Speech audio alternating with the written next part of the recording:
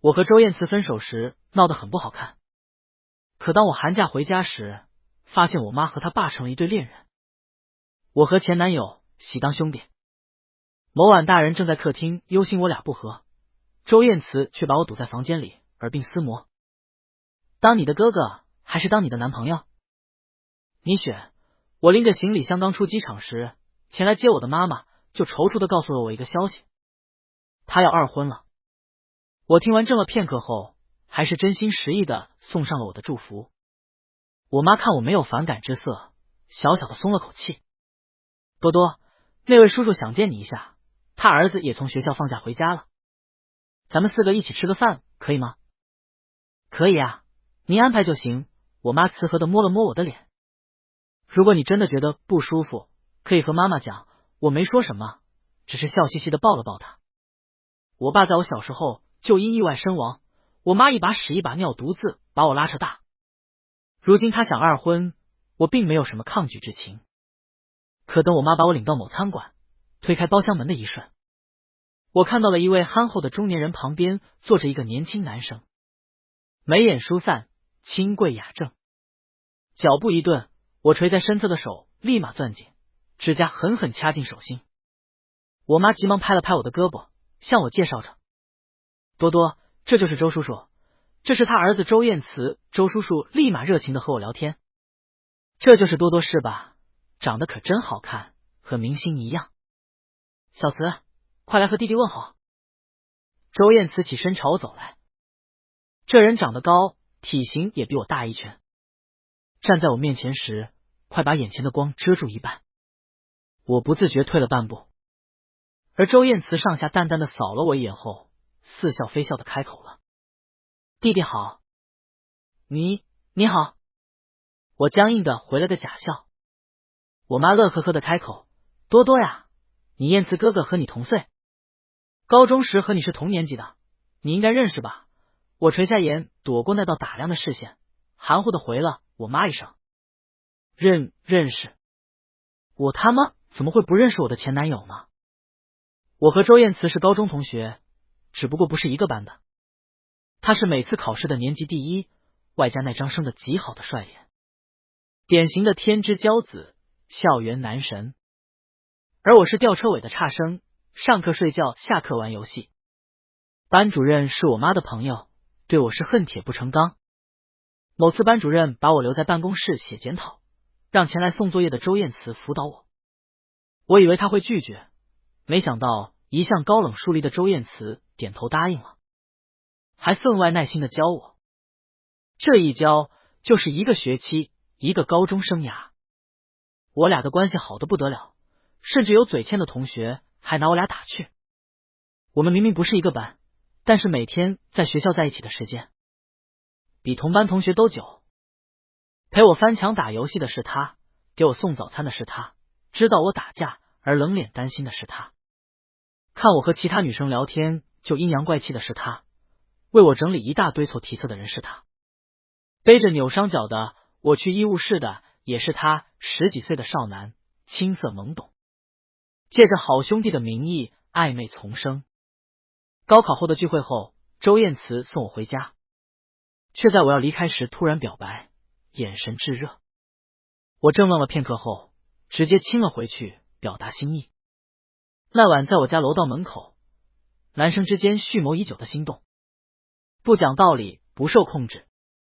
炎热躁动的暑假，我俩表面是好哥们，背地里却耳环厮磨。和狐朋狗友聚会的桌子下，永远是我俩紧紧握在一起的手。后来录取通知书下来，他去了北方某顶尖学府，我去了南方普通2本，上千公里的距离也挡不住我俩汹涌又隐晦的爱意。可渐渐的，我发现我每次找周燕慈时，她身边总会有一个女生，叶梦。她是周燕慈高中的同班同学，后来又成了她的大学同学。我曾听过很多人打趣过周燕慈和叶梦。周燕慈家境不错，叶梦家却有些穷。王子配灰姑娘的剧情让人百看不厌。高中时我也会嘴欠的跟着打趣，可等后来我俩偷偷恋爱后，每次听到这个说法，我都会不爽的撇撇嘴。周燕慈这个王子只能和我配，因为他可是个基佬。但我这个人一向性格豁达，不爱疑神疑鬼，十分相信周燕慈。可圣诞节的那天，我借口要忙不过节，实则却偷偷买了机票去找他，想给他一个惊喜，却看到了叶梦抱着周燕慈，而周燕慈在轻拍着他的脊背，一向高冷的脸泛着某种情绪，是怜悯，是心疼。之后他俩并肩朝着学校外走去，在他俩前脚走进某酒店时，我就已经转身把手里的圣诞礼物扔到了垃圾桶里。打车去机场的路上，司机一边开车一边安慰着哭泣的我，他可能是没见过哪个男生能哭得这么凄惨。我只是红着眼睛给周燕慈发了条消息，然后便拉黑了他所有联系方式。次日一早，周燕慈就来找我，她风尘仆仆，眼下是彻夜未睡的黑青，红血丝密集的可怕。为什么说分手？我嗤笑一声，忍了一晚上的质问和控诉，最后只化成了一句话：腻了，有点恶心，和我谈着，却和别的女生去开房，把我当傻子玩弄。过了2个月，我有些想不起周燕慈当时那异常难看和受伤的脸色，只是那天起，我俩便掰了。我单方面拉黑他所有联系方式，甚至刻意避开一切和他有关的人和事。我以为我俩会老死不相往来，但我妈和他爸的突然在一起，竟然让我俩戏剧性的成为了一个屋檐下的兄弟。这么看来，提分手也是挺明智的选择，不然我妈就尴尬了。我借着喝水的动作，没忍住偷看了眼对面的周燕慈，却跌入了一双漆黑淡漠的眸子。她不知何时就一直在看着我，我有些慌乱的移开眼，心里无限操蛋。吃饭结束后，我跟着我妈回了家。我妈看我情绪不对劲，小心翼翼的问我：多多，你是不是有点不满意周叔叔啊？今晚吃饭就没看你笑过。我搓了搓脸，收起脸上的异样，扬起一个笑。没，妈妈，我觉得周叔叔对你挺好的，还给你包虾夹菜的。我没意见，您别担心。我妈却还是忧心忡忡的。那你是和燕慈合不来吗？闻言我抿了抿唇，笑容勉强了几分。没有，您放心吧，我妈将信将疑，但在我的不断哄慰下，还是和周叔叔继续谈着恋爱。没多久，两家就搬到了一起暂时生活。我和周燕慈成了抬头不见低头见的兄弟。在面对周燕慈时，我一直表现得很淡定，深居简出，实在躲不过去，就不情不愿的叫他一声哥。只是我每虚伪的叫一次，周燕慈的表情就冷一分，妥妥地不和。我妈和他爸更是愁得不得了，领证结婚的事情一拖再拖，直到快要过年的某天，高中的那堆狐朋狗友们喊我去聚会，有周燕慈，也有叶梦。我去了，他俩也去了，但我装作没看到他们，和其他老友一起打闹着。只是看到周燕慈和叶梦坐到一起低头耳语时，我喝到嘴里的啤酒比黄连都苦，后槽牙都要咬碎了。马德，狗男女！多哥，愣着干啥啊？这么久没见，不得和兄弟们碰一杯？急个屁呀！我收回视线，笑嘻嘻的和朋友们打闹着，但心却闷得可以。疯完了一会儿后，我借口上厕所离开了包厢，想自己缓缓。我和周燕慈共同的朋友李凯跟出来，疑惑的问：季星多，你今天怎么了？没怎么呀，我否认。你今天怎么了？心情不好？和慈哥吵架了，我随口扯了个理由。没吵架，就是他爸和我妈结婚了，这个身份转变让我有些难以适应。相熟的朋友们前段时间就知道我和周燕慈成为一家人的事情，所以李凯是责了2声。你俩这不亲上加亲吗？多好啊！说不定将来躺床上，兄弟俩还得互相端尿盆呢。滚滚，恶心！我笑着把他踹走了，一个人继续在走廊的角落里发呆。这时，我听到一道脚步声又朝我靠近。李凯，你再来跟我鬼扯，老子就把你按马桶里哈！季星多，起来，一道稀疏冷淡的熟悉声音在我头顶响起，我嘴角的笑直接僵住。干嘛？我蹲在角落里，快速连起心里的波动，故作淡定的抬头看向周燕慈。只见周燕慈站在我面前，居高临下的睨着我，目光黑沉如水。我他妈简直要爱死了他这种看垃圾般的眼神。高考结束后的暑假里，每次他这么看向不听话的我时，我都会控制不住地扑上去亲他，然后再顺势滚到一起。如今再这么被他看，我简直快要压不住心里的悸动。靠，又渣又祸水。季星多，在这里亲你，还是回家亲你？选一个。我不可置信的瞅着他，然后立马观察周围有没有熟悉的人听到这句话。你疯了？我们分手了，还亲个屁！所以你要在这里亲是吗？说着，周燕慈朝我俯下身来，目光黑沉沉的。我急忙搔着脸躲开。回家回家！你能不能要点脸？说完，我拔腿就跑。周燕慈则好整以暇的跟着我回了家。推开家门，我妈和周叔叔都没睡。两位长辈看着我俩那明显不对劲的气氛，想说些什么，但是我只是匆匆敷衍了两句，便埋头回了房间。不一会儿，应付完长辈的周燕慈敲响了我的房门，声音平稳。季星多，开门，今晚的事情没说完。我不想开，我妈和周叔叔却一直苦口婆心的教育。周叔叔，燕慈，和弟弟好好说，让着点。我妈，多多，别和哥哥吵架。我叹了口气，不情不愿的把周燕慈放了进来。咔嗒，门关上了。我不耐烦的看向周燕慈，大哥，你究竟想？可话还没说完，我就被周燕慈强势的按到了门板上，顿时呼吸交错。我忙不迭想把他推开，可是周燕慈平时看着清瘦斯文，实则衣物下的肌肉感爆棚，我根本推不动他。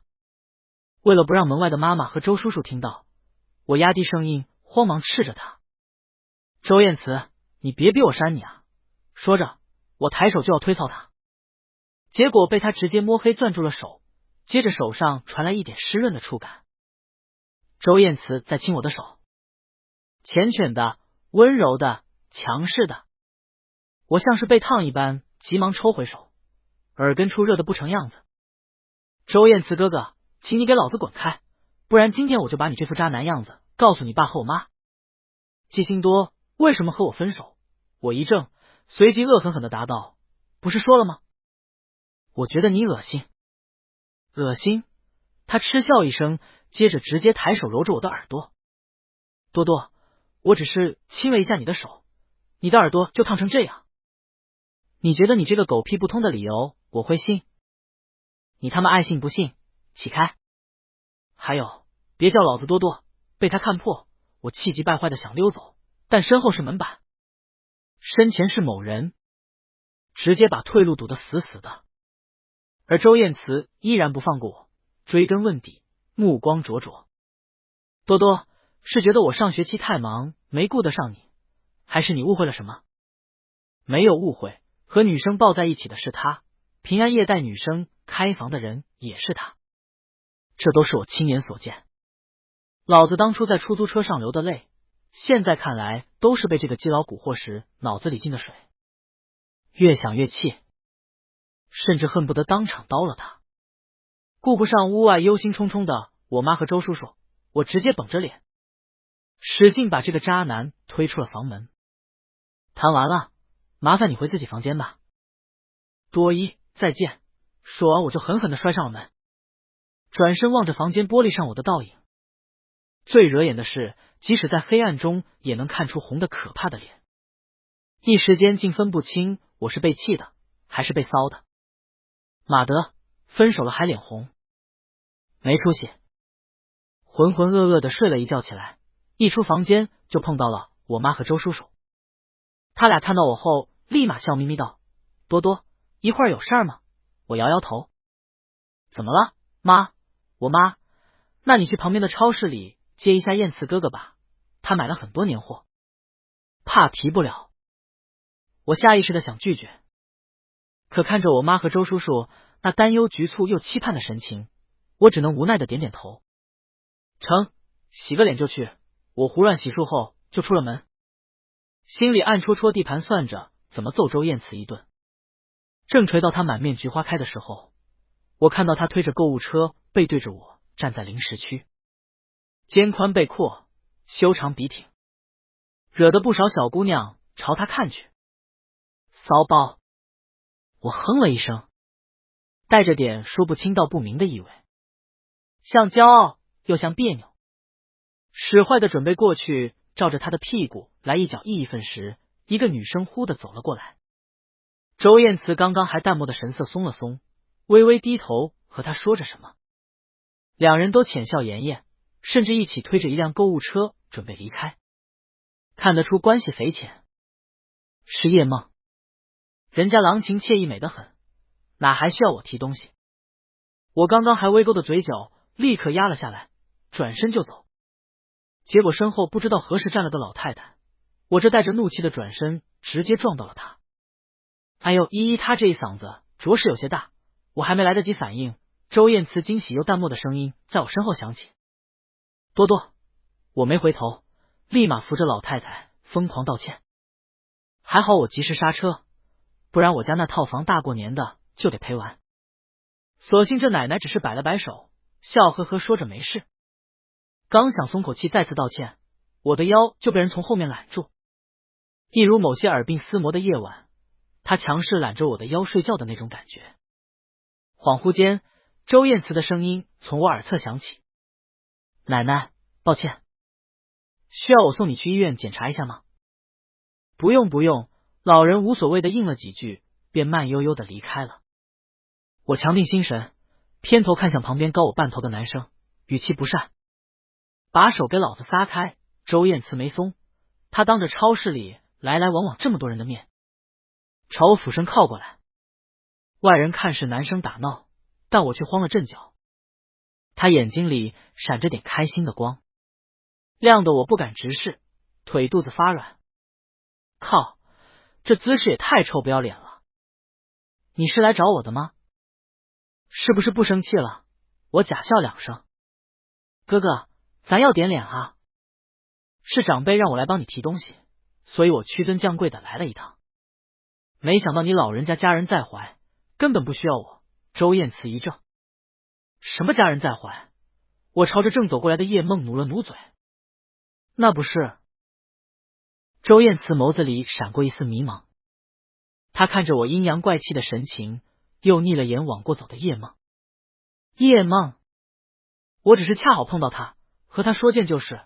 我翻了个白眼，直接更大力的挣开他的胳膊。装什么呢？装的再好，到时候你俩结婚我还是得做主桌。我亲爱的燕慈哥哥。周燕慈的眉心拧得更紧了，仿佛在理清我刚刚说的那些屁话。我顾不上管他想什么，只是觉得这口憋了2个月的恶气一出，我心里顿时都舒坦了不少。扭头朝着叶梦虚伪又礼貌的笑了笑后，抬脚就准备走人。结果脚刚动，我就被一道熟悉的力道拽了回去。我和周燕慈再次面对面，肉眼可见的，他那张俊脸上闪过懵逼、愤怒、操蛋、无奈和心疼，以及原来如此的情绪，堪比川剧变脸。接着，在我懵逼的目光里，他轻叹一口气：谁说你要做主桌了？哼，老子知道你明明应该陪我一起敬酒，啥玩意儿？我不知道我当时的反应是什么，只知道周燕慈一手攥着我的手腕，一手提着购物袋，和叶梦简单道别2句后，就带着我离开。说话间那个语气一点都不像和女朋友说话的样子，我心里立马掀起不平静的波澜。他俩这熟人却不亲密的交流，更是让我疑惑不已。这他妈的什么走向？跟我在这儿演呢？当初报的是他俩，开房的也是他俩，我又他妈的没下。可心里又隐隐升起一个操蛋的想法，难道他俩分手了？呸，活该！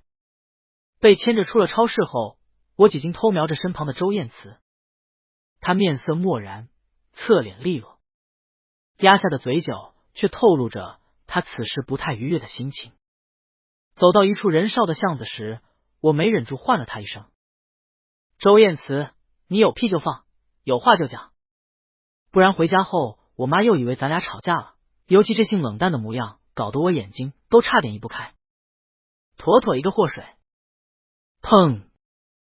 周燕慈的回应则是把购物袋扔到地上，然后扯着我引入那个昏暗不已的巷子深处。我还没来得及叭叭，就被亲了一下，速度之快，我都来不及反应，我满嘴的脏话顿时哽在了嗓子眼。靠！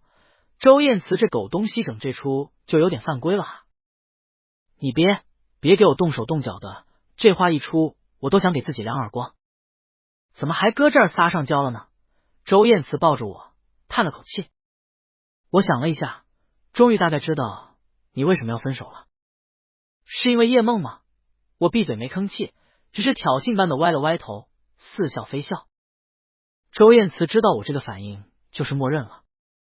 我就知道。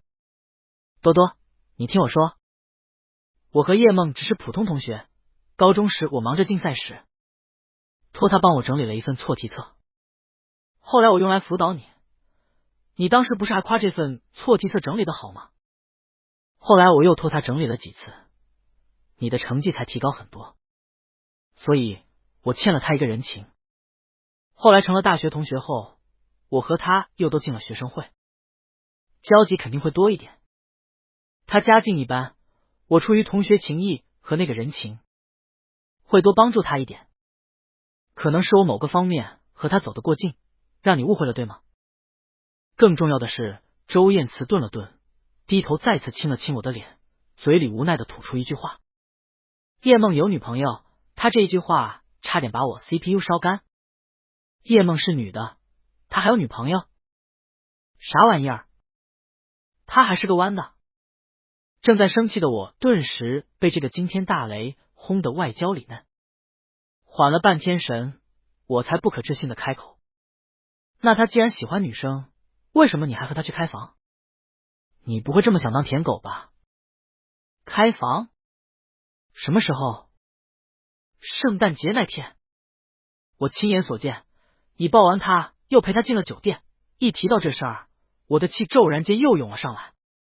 周燕慈眉心一蹙，随即快速解释：那是他当时家里出事了，他难过的都要站不稳。作为朋友，我当然得礼貌的安慰他。后来他女朋友也来了，并在酒店等他。我看他哭得过于失神，怕他一个人路上出事，便绅士的送他去了酒店。而且进了酒店2分钟，我就离开了。你在酒店外面的话，应该看到我并没有过夜吧？我一眼，巧了，老子在他进入酒店的第1秒，一部被基佬出轨劈腿的大戏就已经脑海里杀青了，之后更是直接狼狈的转身走人。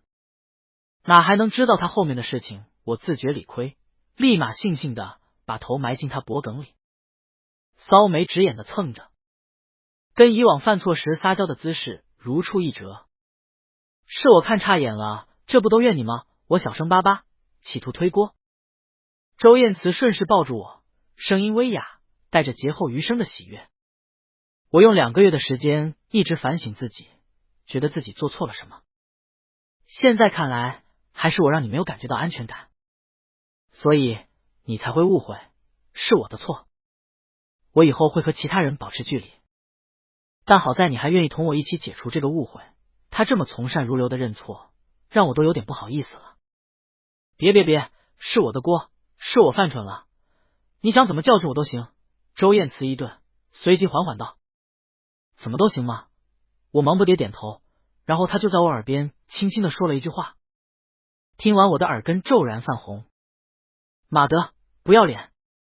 我和周燕慈提着购物袋回家时，误会解除后的激动情绪已经平复了很多，但为了不被家长看出来，我还是故意面无表情的周燕慈保持距离。我妈看我绷着张脸，立马悄悄把我拉到一边。多多，你又和哥哥吵架了吗？没有，我垂着眼，快速否认。只是说话间嘴唇一碰，泛起点难耐的疼。我没忍住嘶了一声，我妈更是愁的眉毛都套拉下来。胡说，你看你的嘴都肿了，是不是还打架了？我有些局促的轻咳一声，眼神飘忽不已。没打架，这是冻的。不说了妈妈，我去洗个热水澡。说完不等我妈再说什么，立马溜进了卫生间。结果碰上了正在卫生间洗手的周燕慈。我下意识回头瞅了眼两个又在客厅忧心忡忡聊天的长辈，然后走进卫生间，给了周燕慈一肘子。周燕慈轻笑一声，眉眼疏散好看。她一点没生气，反而擦了擦手后揽住我靠在洗手台边，压低声音问我怎么了。我指了指自己的嘴巴，小声巴巴，你都给我青肿了。我妈差点看出来。周燕慈微微低头仔细看着，没肿，就是有点红。今晚我12点再去你房间，因为我爸11点多要起夜喝水，我脸上那刚压下不久的燥热再次翻涌起来。这狗东西仗着我误会他这件乌龙事情，竟然提出晚上要钻我的被窝。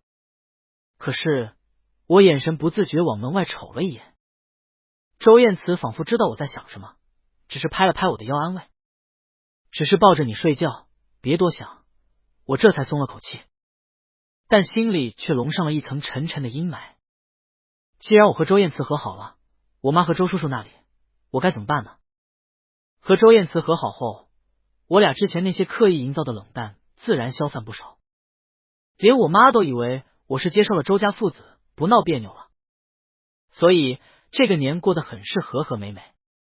只是在长辈看不到的地方，是我俩紧攥在一起的手。年后，李凯他们都从老家回来了，一群人立马热热闹闹的准备嗨一波。我妈一听我和周燕慈要出去玩，很是赞同。我看着她欣慰的笑，心虚的低下了头，匆忙就跟着周燕慈出了门，直奔聚会地点。结果一进包厢，我就看到叶梦正和一个分外漂亮的女生交头接耳。他的女朋友。周燕慈真的没骗我啊。许是我打量的举动过于突兀，叶梦忽的抬头看过来，接着便拉着那个漂亮女生走过来。几星多，好久不见啊。上次在超市看见你，但还没来得及说话，周燕慈就把你拉走了，说着笑眯眯的看着我和周燕慈，眼里揶揄意味十足。我不好意思的咧着嘴，上次有事，不好意思啊。我懂。看样子你俩和好了，周燕慈终于不用每天那么颓废了。什么？叶梦啧啧两声，压低了声音。你俩的事情我一直知道。放心，我和我女朋友现在是你俩的头号 CP 粉。我立马震惊的看向周燕慈。周燕慈轻笑着点点头，她早就看出来了，合着只有我是那个冤种。聚会结束后，我和周燕慈往家走。到了楼道口，没着急回家，而是趁着这段难得独处的时光，在那里说小话。周燕慈很耐心的听着我胡扯着，眉眼微弯，这副蛊惑人心的清冷模样，看得我心痒痒，没忍住就想去亲她。她也很配合的低下了头。这时，楼道里的电梯门忽的滴的一声打开了，我下意识的扭头，就看到我妈提着带拉机正站在里面。她看到我俩这脸对脸的姿势，懵了一下。你俩怎么凑这么近？我顿时整个人都麻了。我靠，怎么办？周燕慈此时异常淡定的后撤了一步。好了，眼睛里的沙土吹出来了。我立马配合的揉揉眼睛。阿妈，没事，眼睛里进东西了。周燕慈帮我吹吹，我妈增逼的表情才收了起来。多大的人了，还冒冒失失的。你俩赶紧回家，外面冷得厉害。好的阿姨。我拽着周燕慈忙不迭溜回了家。好险，差点就被看到。我刚想和周燕慈侧头说说话，却发现她似乎有些心神不宁。那天被长辈撞到后，我又开始刻意和周燕慈保持距离。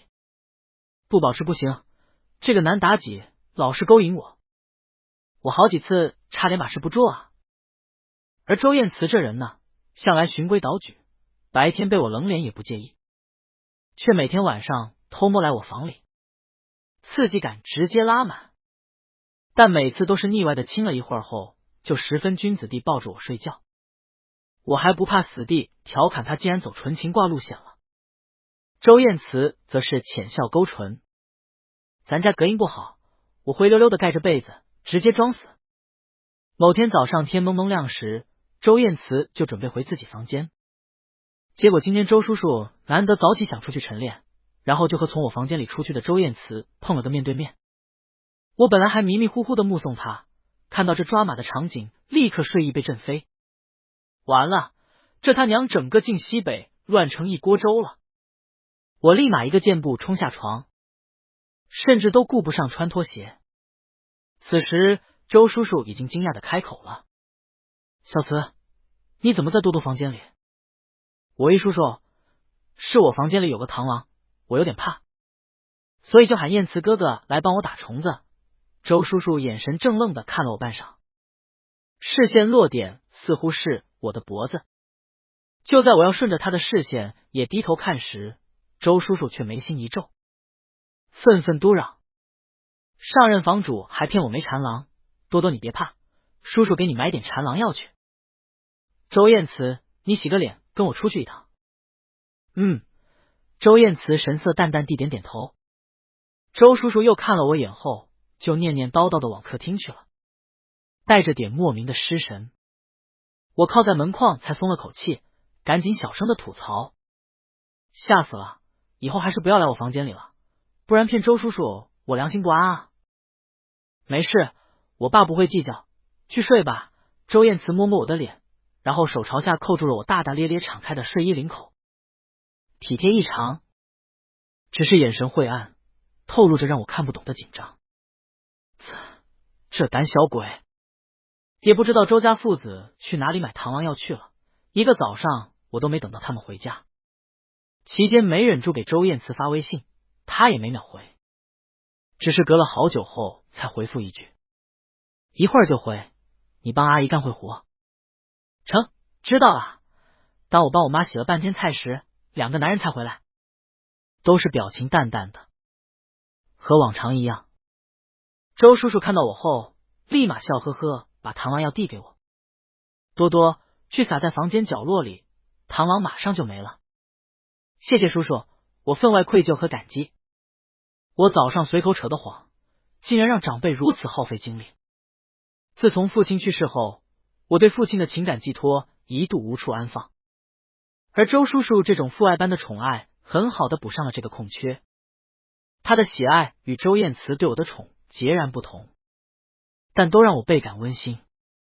我拿着螳螂药乐颠颠的回房，然后就听到周叔叔带着点冷意的和周燕慈说话：“去帮多多撤药，我和你阿姨谈点事情。”周叔叔一向对周燕慈满意的不得了，骤然间换了个语气，让我疑惑的想回头看看怎么回事，结果就被周燕慈淡着脸揽着肩膀进了房间。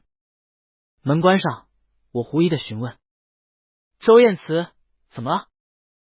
你爸是不是发现我敬他，所以生气了？现在在客厅和我妈告状呢？”周燕慈摇摇头：“不是因为这个事情。”“啊，那他因为什么生气？”他垂眸睨着我，眼里波澜四起。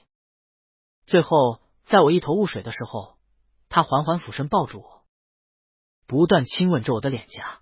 “多多，我想问你一个问题。”“爱过，先救你，我妈会游泳，房产证必须写我名字。”“因为我穷，谢谢。”周燕慈被逗乐了，轻笑了几声，随即又正色起来：“如果到了必须抉择的时候，当你的哥哥还是当你的男朋友，你会选哪个？”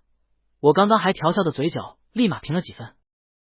这个问题本来就在我心底压着，周燕慈骤然这么残酷的提出来，让我不得不面对那些未来可能发生的事情。我妈和周叔叔会怎么看？即使我和周燕慈没有血缘关系和法律关系，但两个继兄弟搞在一起还是过于惊世骇俗。可是我喜欢周燕慈，不受控制，不讲道理，非他不可。即使会被外人用异样的眼光看待。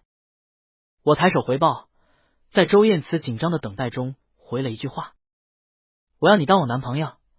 我的坚定表态让周燕慈十分高兴，她眉眼间的阴霾消散了几分。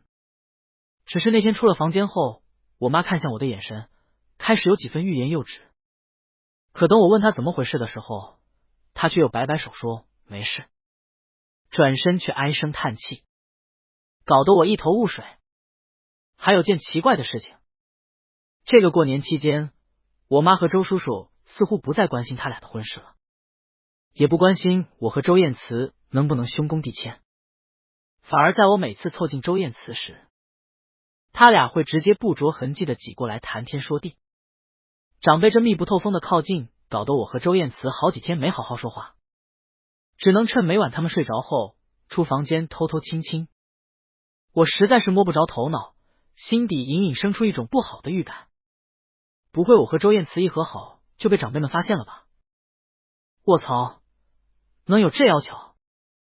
直到开学前这一天，一群同学又喊着去聚会，我自然而然的准备和周燕慈出门。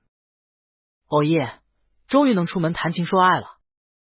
结果我妈喊住了我：多多，你今天别去了，妈妈有事和你说。燕慈啊，你爸爸在楼下买菜，你去帮他提提吧。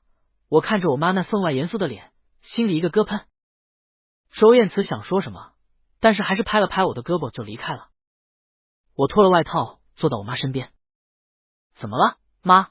我妈掏出手机，哗哗的给我展示一堆漂亮女生的照片。妈想着你已经大学了，该找女朋友了。这都是我那些老姐妹的女儿，知根知底。你看哪个合眼缘，妈去给你要微信。我扯了扯嘴角，妈，我不太想谈恋爱。是，年轻人怎么能不谈呢？妈，我真不想。我推脱着。我妈定定的看着我，忽然道：是不喜欢他们，还是不喜欢女孩？我瞬间僵住了，看着我妈那严肃间又带着浓重试探意味的视线，我明白了一件事：我的性取向终究是被我妈看出来了。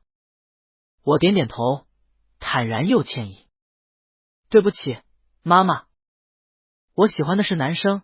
我妈闭了闭眼。就在我以为妈妈要生气的骂我不孝子时，她睁开了眼，立马又用手机展示着一堆男生照片。男生就男生，这些是老姐妹的儿子们，你喜欢哪个？妈去帮你说说。这什么操作？我懵逼了，心头却骤然间暖得不成样子，随即哭笑不得的靠在我妈肩头撒娇。不用了妈妈，我有男朋友了。我妈叹了口气，摸了摸我的脸。是燕慈对吧？是的，我快速把我和周燕慈所有的事情说了一下。妈妈，我很抱歉，我俩都没想到你会和周叔叔走到一起。我知道这会让你们很难做，但我一定不会让外人知道。你和周叔叔放心结婚吧。妈妈只想问你一个问题，能分手吗？我坚定道：不能，我太喜欢他了。我妈听完，静默片刻后不甚在意地点点头。行，知道了，去楼下帮你周叔叔提东西吧。我傻了。啊？就这儿？我妈没好气的瞅了我几眼。不然呢？你想跪搓衣板还是跪榴莲？那燕慈也跟你跪跪吧。对了，你周叔叔也早就看出来了。你俩到时候有点眼色。我立马激动的扑过去，抱着我妈狂蹭。最后哼哼唧唧的说了一句谢谢妈妈，开心的准备出门找周燕慈时，我没忍住，还是回头问了我妈一句：妈，你啥时候看出来的？那天在楼道里吗？我妈正津津有味的电视机里的狗血虐恋玛丽苏电视剧，头也不偏的回了几句。第一次吃饭时，你俩那小表情，我和你周叔叔就看出来了。我俩吃过的盐比你俩走的路都多，只是没敢多想罢了。我佩服的竖了个大拇指。牛！我和周燕慈在家长面前过了明路，这出柜之旅顺利到让人不可思议。后来我总结，还是因为我妈和周叔叔人太好了。好人遇好人，这辈子一定幸福。所以我马不停蹄的催促他俩结婚。我妈和周叔叔却迟疑了。我俩结婚的话，别人会怎么看你和你燕慈哥哥？对啊，算了，不结了。我和你妈妈这样也挺好的，我更是愧疚，每晚唉声叹气的睡不着。周燕慈看着我失眠，次日背着我直接和2位长辈谈了次话，然后2位长辈便选了个黄道吉日领了证。我和周燕慈看着正在埋头研究结婚证的2位中年新婚夫妻，欣慰不已。寒假结束，大学生们准备返校。周燕慈比我迟1天，她把我送到了飞机场。在熙熙攘攘的机场大厅里，顶着周围人惊愕的视线，她低头亲了亲我的脸。几星多，等我下个月就去找你。